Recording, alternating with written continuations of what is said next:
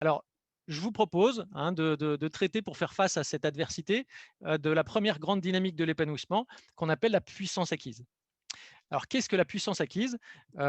Tout simplement, je vais vous proposer une vidéo qui va répondre à cette question.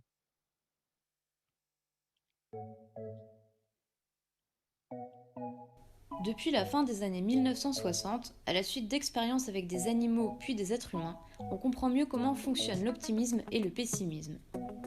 Ces expériences ont aussi aidé à comprendre la dépression qui suit un traumatisme. Les phénomènes de puissance acquise et d'impuissance acquise en seraient les fondements. Dans un premier temps, on a soumis des chiens, maintenus dans des harnais, à des chocs électriques. Ils avaient la possibilité de les arrêter en actionnant une simple manette.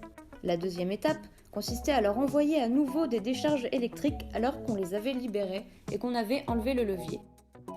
Comme les chiens étaient libres de leur mouvement et qu'ils n'avaient qu'un petit muret à sauter, ils ont tous évité les chocs en s'enfuyant.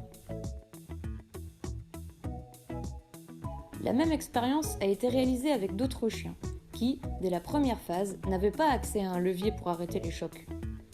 Attachés dans leur harnais, ils ont dû donc les supporter, sans pouvoir faire quoi que ce soit.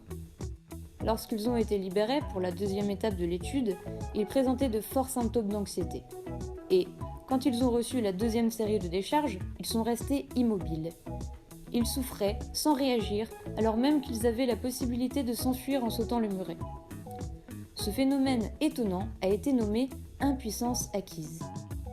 On leur avait appris la résignation à l'adversité, ce qui était la cause principale de cet apprentissage, la possibilité ou l'impossibilité d'agir face à des événements douloureux.